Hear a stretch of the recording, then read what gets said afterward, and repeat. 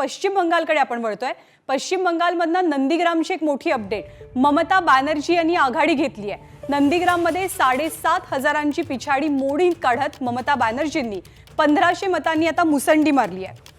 औरंगाबादमधनं श्रीकांत देशपांडे वरिष्ठ पत्रकार आपल्या सोबत आहे। श्रीकांत सर, याच मुद्द्यावरती तुम्हाला विचारायचंय की जसं अनेक जणांना यावेळेला असं वाटत होतं की परिवर्तनाची लाट पश्चिम बंगालमध्ये येईल, परंतु ममतांनी एक हाती गड लढवला पश्चिम बंगालचा सुद्धा आणि नंदीग्राममध्ये सुद्धा त्या तसंच मॅजिक करतील असं वाटतंय का?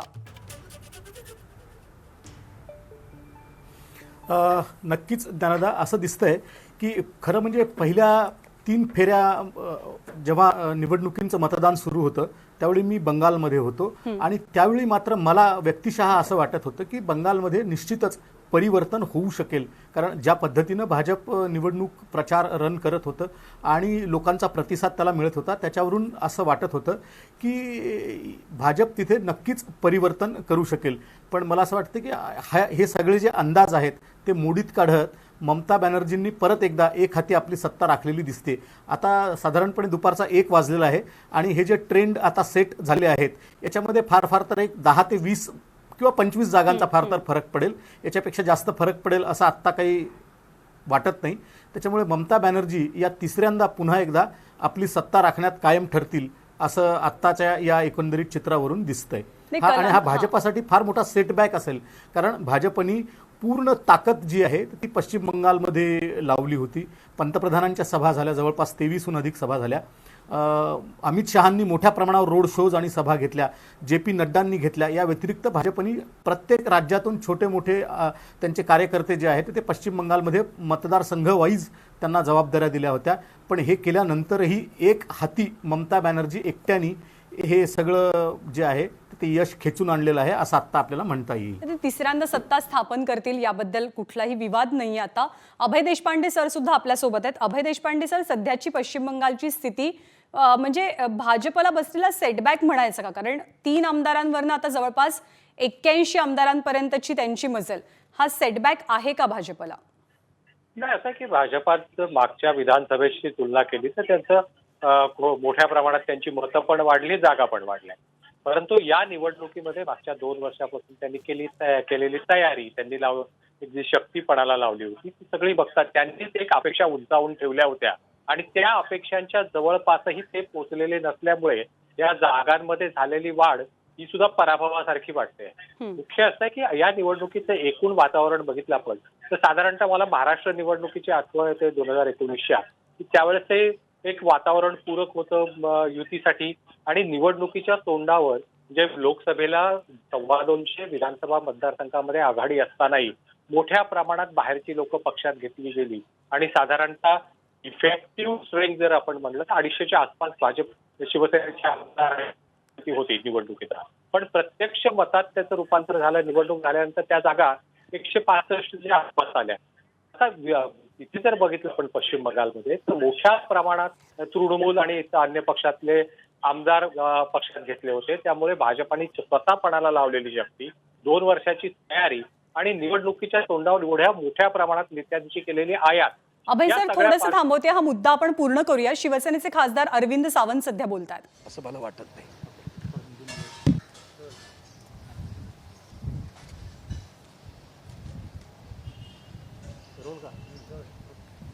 हिंदी में बता दीजिए किस तरह से आप देख रहे हैं पश्चिम बंगाल की इलेक्शन रिजल्ट? मैंने, मुझे लगता है पिछले हफ्ते भी कहा था कि देख लेना कि किसी भी हालत में बंगाल में तृणमूल कांग्रेस सत्ता पर आएगी।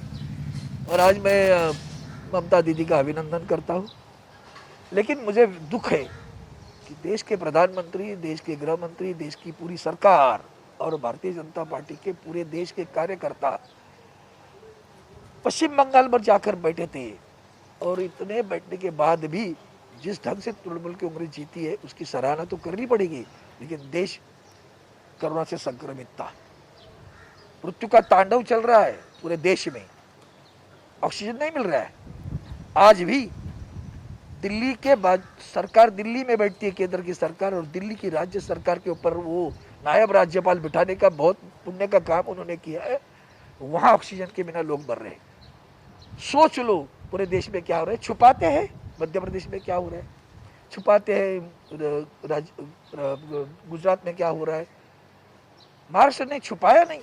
पिछली बार भी आदरणीय उद्धव जी ठाकरे साहब ने इसके ऊपर बराबर बात कर ली थी और शून्य तक आए थे, फिर ये दूसरा संक्रमण आया और इसका म्यूटेशन जो है उसकी उतना गंभीर है।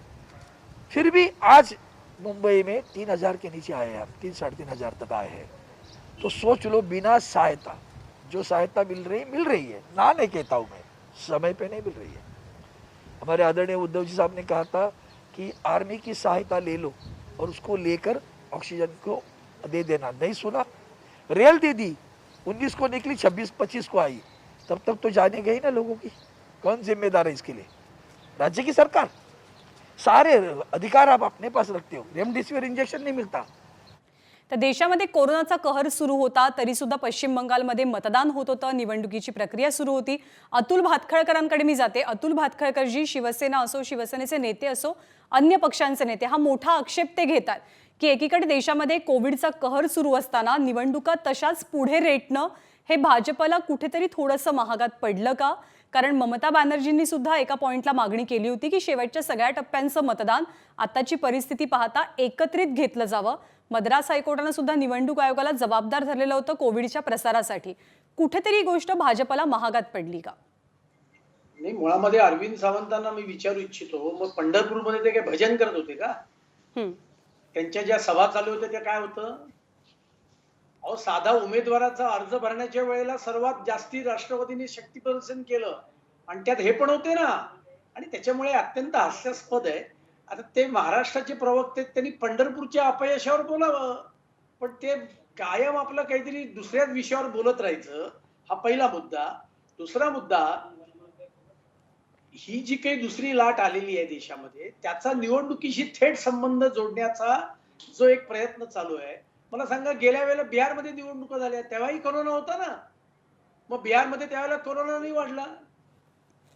आणि मुख्य मुद्दा असा आहे की हा देश घटनेवर चालतोय, घटनेमध्ये विधानसभेच्या किंवा लोकसभेच्या निवडणुका या पुढे ढकलण्याची तरतूद नाहीये।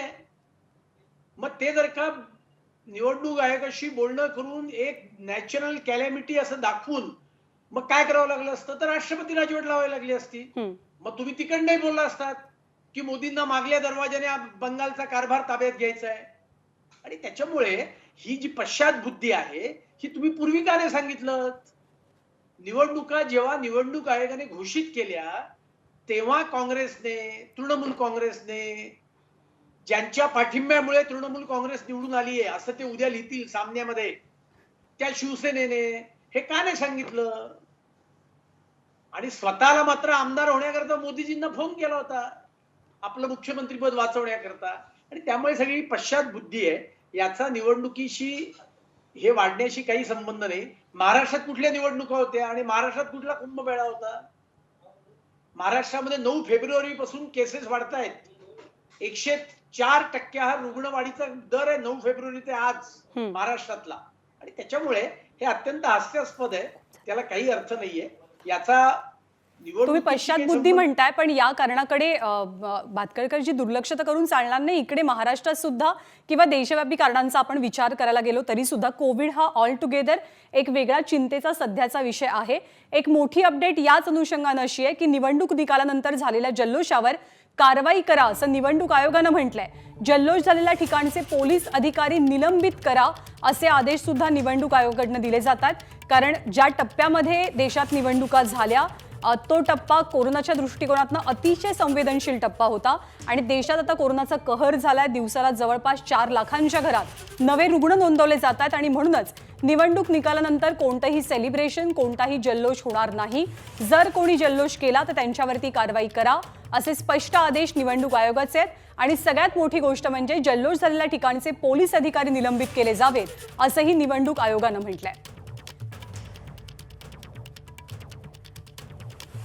आणि भाजपकडे राज्याचं नेतृत्व करणारा चेहरा नव्हता आणि म्हणूनच पश्चिम बंगालमध्ये भाजपला फटका बसला असं मत शिवसेनेचे आमदार आणि मंत्री गुलाबराव पाटील यांनी व्यक्त केलंय। त्यांची प्रतिक्रिया पाहूयात पश्चिम बंगाल निवडणुकांवर। बघा, करिश्मापेक्षा राज्याचा विकास आणि राज्याच्या मातीशी कोण जुळलाय याला महत्त्व जास्त आहे. मोदींकडे किंवा भाजपकडे गेलेले लोक हे कोण होते हे माझ्यापेक्षा आपल्याला जास्त माहिती आहे. त्यांच्याकडे अपत्य नव्हती, तीच अपत्य त्यांनी ममतांची पळवली होती. त्यामुळे लोकांनी ही हुशारी दाखवली असेल की लाश वही है, सिर्फ कफन बदल गया है. त्यामुळे मला तरी असं वाटतं की लोकांनी त्या गद्दारीला सुद्धा एक प्रकारची चपराक दिलेली आहे. या सगळ्यामध्ये आणखी एक इंटरेस्टिंग फॅक्टर म्हणजे जो पश्चिम बंगाल डाव्यांचा एकेकाळचा अभेद्य गड मानला जायचा, त्या डाव्यांचं अस्तित्व किंवा नामोनिशानच आपल्याला आत्ताच्या निवडणुकांनंतर अजिबातच जाणवत नाहीये. डाव्यांच्या बाबतीत हे नेमकं का झालं, त्यांचा तिथला स्पेस नेमका कोणी खेचून स्वतःकडे घेतला? अर्थात भालचंद्र कांगो आपल्यासोबत आहे, सीपीआयचे नेते, ते आपल्याला प्रश्नाचं उत्तर देतील. कांगो सर, सातत्यानं हा प्रश्न पडतो की पश्चिम बंगालमध्ये डाव्यांचं इतकं पानिपत होण्यामागचं कारण काय?